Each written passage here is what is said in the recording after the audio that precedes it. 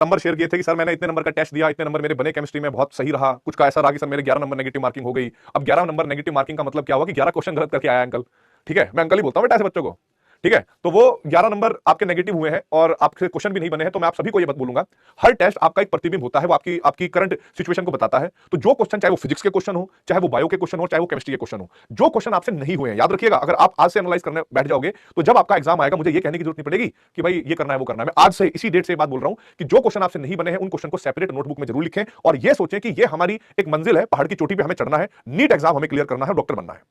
अब आप इमेजिन करिए कि अगर मान लो आप बहुत दूर से अपनी मंजिल को देखते हो, आपको पहाड़ की चोटी तो दिखेगी, आपको वहां पर एम्स और नीट दिखता हुआ लिखा हुआ दिखेगा, आपको लगेगा कि मैं वहां पर जाना चाहता हूं, मैं उत्सुक हूं। पर कभी भी हम लोग क्या नहीं देख पाते कि अपनी चोटी और हमारे बीच का जो सफर है ना, हमें यह भी लगेगा कि रास्ता बहुत लंबा है, पर हम नहीं देख पाते क्या कि हमारे रास्ते में कितने गड्ढे आएंगे, उन गड्ढों से कैसे बचोगे, कितने झरने आएंगे, कितने पत्थर आएंगे, वो कैसे पता लगेगा। तो बेटा नीट की जर्नी में भी वो जो पत्थर होते हैं, वो जो गड्ढे हैं, वो जो पानी है, वो जो सब अबला, बहुत सारी चीजें हैं। ठीक है, वो सब ये क्वेश्चन ही है। और जब आप इन क्वेश्चन को टेस्ट देना बहुत बड़ी बात नहीं होता बेटा, टेस्ट देकर उसको एनालाइज करना बहुत बड़ी बात होता है। तो अगर आपने सारे क्वेश्चन को एक सेपरेट नोटबुक में लिखा तो आप लोग देख लेना कि जब आप एग्जाम देने बैठोगे ना तो आप लोगों की नेगेटिव मार्किंग फुल कंट्रोल में रहेगी। आपको टाइम से टेस्ट कवर करने का टाइम मिल जाएगा कि भाई ऐसा नहीं हो रहा कि हमारे पास ये वाला टॉपिक छूट गया, ये वाला टॉपिक छूट गया, ये वाला टॉपिक छूट गया। बिल्कुल 3 घंटे में करने का भी आइडिया हो जाएगा।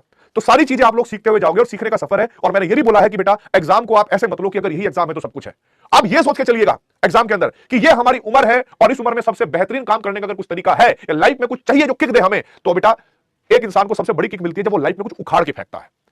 अब बस उखाड़ने का मतलब क्या है कि आज आपके लिए वो उखाड़ना जो है ना, वो नीट का एग्जाम है, वो एम्स का मतलब में एडमिशन लेना है। ठीक है, तो जो कुछ अच्छा उखाड़ सकता होगा, ध्यान रखिएगा मेरी बात, जो कुछ अच्छा उखाड़ सकता होगा, ठीक है, वो उखाड़ेगा, उसके लिए मेहनत करेगा। और जिस दिन आप उखाड़ोगे ना बेटा जी नीट में, ठीक है, उस दिन बहुत मजा आ जाएगा, सीरियसली।